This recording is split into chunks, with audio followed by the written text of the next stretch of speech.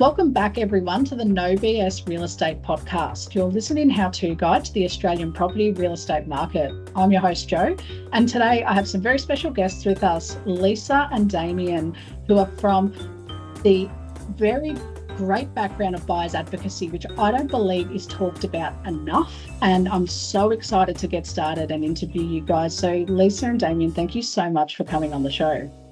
Jo, thank you for having us. Yep, thank you. It's a pleasure to be here. I'm so glad because all the work you've done with Orium Co, I absolutely love your approach. When we first met, I got recommended actually by another one of our partners, and he could not stop talking about how great the two of you were as a team. And I thought, okay, I need to meet. And I immediately got the same feeling, when we met. So I'm excited for this interview. And the way I like to run these sessions is to get right into it because listeners are eager to learn more about you. It's not about me. So Absolutely. Happy to answer.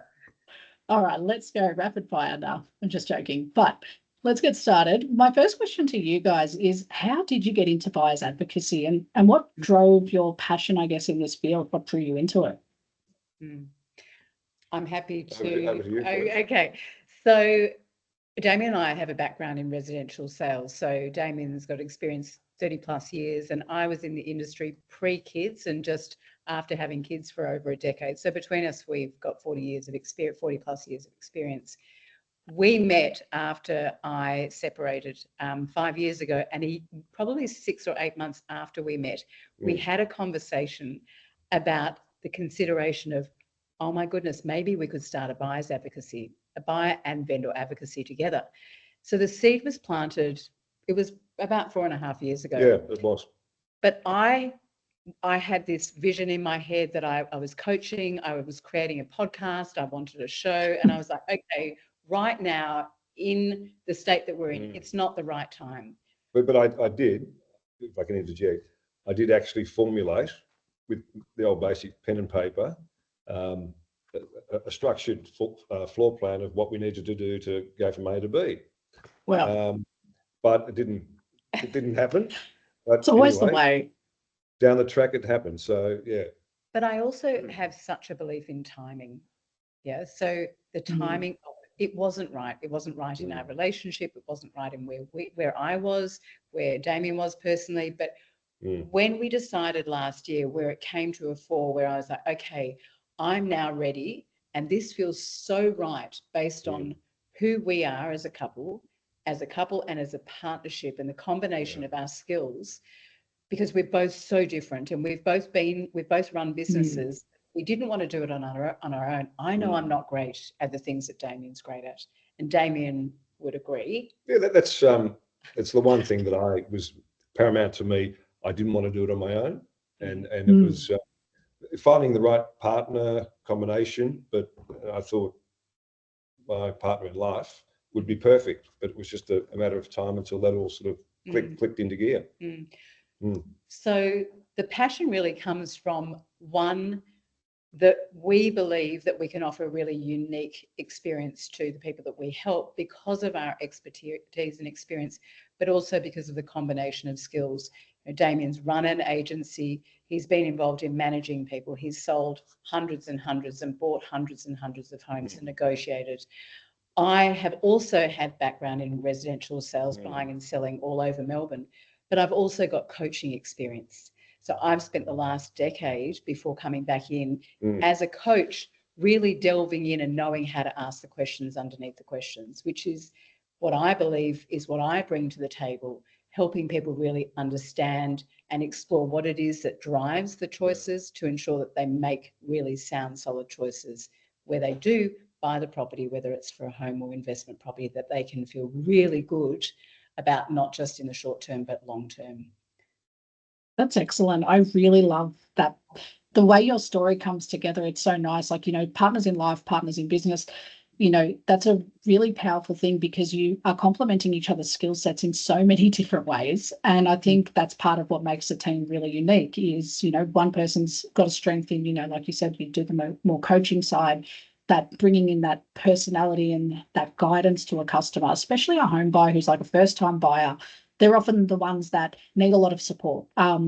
especially when they start the journey. And Damien, setting out that structure for the business and laying the lay of the land, super important. And with your customers, probably on the investment side, something that they would probably will flock towards as well. So I think that's excellent.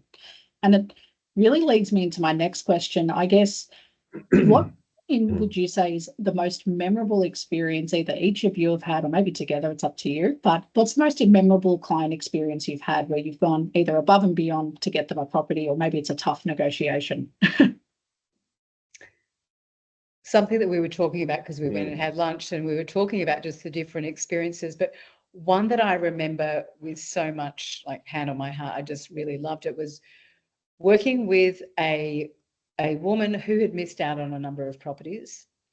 And when she came to, when we met with her, she was looking very specifically at a specific type of property in a specific area.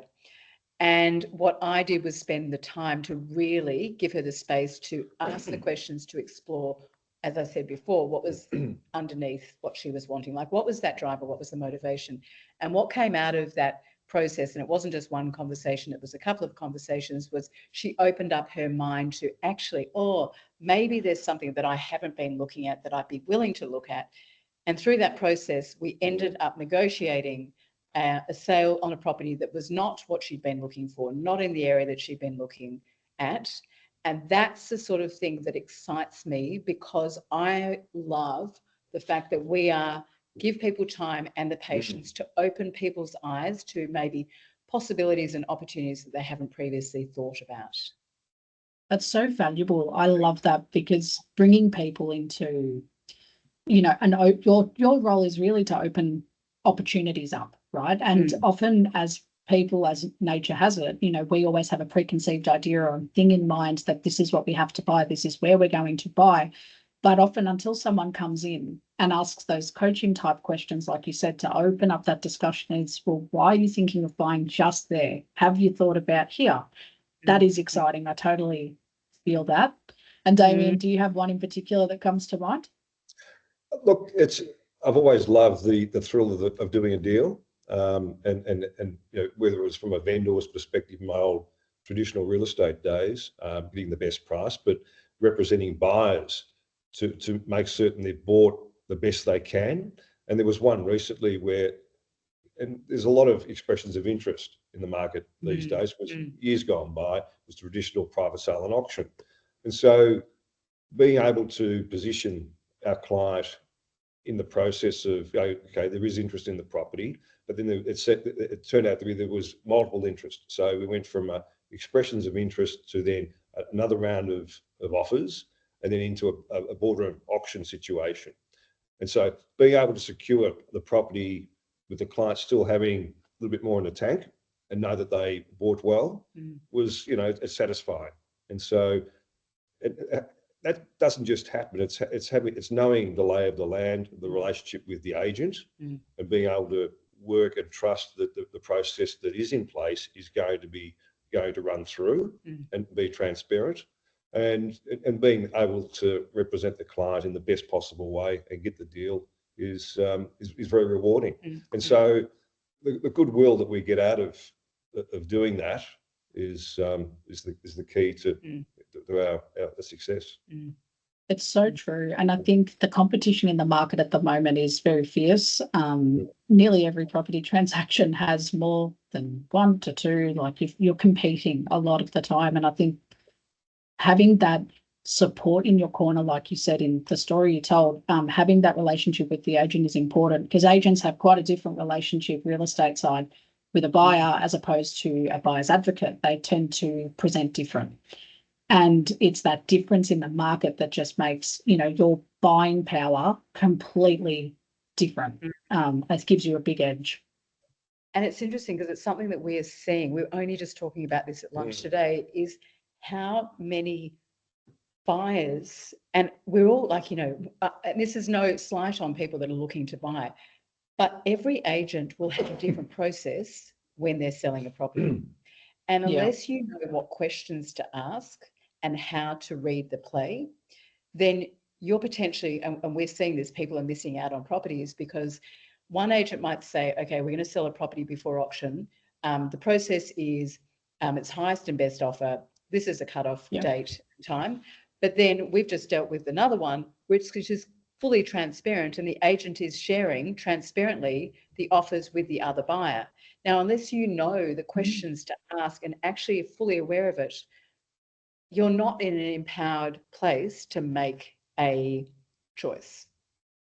That's so true. That is very true. And it can be quite difficult, quite challenging for a buyer to navigate that without the right support, in my opinion. So we just on that, Joe, we had a meeting with a client or prospective client last Thursday night, and without mentioning obviously names or whatever, but they're looking at buying a fairly substantial family home, and his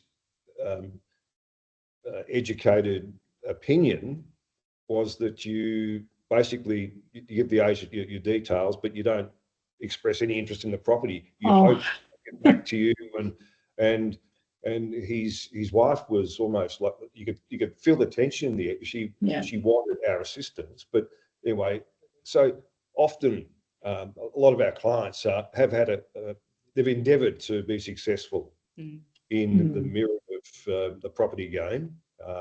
And it's only through the trials and tribulations that they go through and haven't been successful that they look at another alternative. And we're very fortunate to have having the experience that we've had and being on the other side of the fence.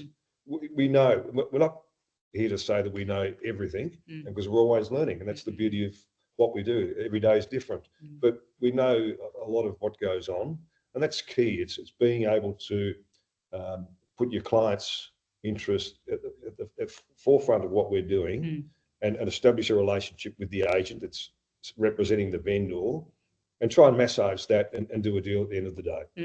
Absolutely. And I think you like both as a team, you have such a unique standpoint because you do that vendor advocacy side as well as the buyer's advocacy side. So what it means is that you have a very clear handle on how to navigate that buyer through a home purchase, because you're already dealing on a vendor side as well in other transactions. So I think that's so unique, and it actually ties into a really my next question, which is I would love for you to walk through what a buyer can expect from the process. So how does a buyer, like when you first meet a client, what's that journey typically look like, and what steps do you take them through? The first of any process is connection. Do we have a connection with that client? Because if we don't have a connection, we have a really solid network of people that we trust and will refer. So that is the first point, connection. So once we have a connection with somebody, we will sit down and explore, because we do not have a cookie cutter approach. We're very much about, which is why we say innovation is very important, because every single client that sits in front of us is entirely unique to them. The situation is unique, who they are is unique, what they want in life, what their desires, their aspirations is unique. So the process starts with a very thorough, which is where the coaching comes in primarily, like to really understand a person's drivers, and then to map out a plan as to what the parameters are as far as what they're currently looking at, what they might, what they might explore, areas, price point, really also what they want to achieve at the end of the day, isn't it? And ensuring that they have the network of professionals around them to support them, i.e. a buyer's advocate, for example, the conveyancer, a mortgage broker, they've got their finance in place. So it's really that we want to ensure that they have all the ducks in the row, so that if we were to find a property tomorrow, which we're not saying that would happen, but they're in a position that we could submit an offer in on their behalf. And so once that happens, we then go to the market. So we look at properties, whether they're off market or on market, and there's different tiers of we offer a full comprehensive service that is everything. Or we look at what's currently on the market or coming onto market. We'll shortlist properties. We will go and source those, and we'll go and look at those and inspect them, and then we'll come back to them and present them. And then in that case, that's when our clients will come and look and inspect those properties, and and then we'll obviously have done the due diligence. looked at comparable sales to ensure that whatever price that we are recommending or we're advising on is a match to what is currently being expressed by the agent that's advertising it. And then all of that, all the way through to negotiation on terms and price and until it's sold. Settlement. Yeah. I'm big on, if I could just interject, that in this world that we live in today, on the back of COVID and whatever, what we're doing now, the Zoom and everyone's busy. I'm a bit old school, old fashioned. In a perfect world, I would love to meet any potential client face to face, whether it's over a coffee, glass of vino, water, whatever it might be, but just get a feel for what they want to accomplish. And more importantly, get a feel, can we work with them? Do they feel comfortable working with us and what we offer? And you know what I mean? So, because, not everyone's, suitable for everyone, if that makes sense. Yeah. And so I think, absolutely. And if I think what they want to achieve in terms of their property journey is probably not quite possible in their time in life at this particular time, I'll tell them, I think you need to probably look at it in another 12 months' time. And so it's all about not wasting their time or ours, obviously, but giving them the best advice we can. I think that is so undervalued these days, the component of giving that honest feedback. And sometimes it can be hard feedback, to deliver to someone who does have that aspiration for home ownership. You're not necessarily telling them it's not possible, but there's more time that's needed. And I think that it's so valuable to be transparent with those customers, because you don't want to set false expectations or, take them on a journey or a ride that doesn't eventuate and is going to draw out for 12 plus months when that's probably not what they're hoping for. So I think that's a great quality. And it's not good karma. If you're going to take somebody on and you're going to accept an engagement fee, because there is an engagement fee for us to go to work to source a property, we're not in the business for that, because our business is very much we really do base our business on people talking about us, referrals and repeats. So that's really predominantly where our business comes from. Absolutely. Or has to date. So doing the right thing by people.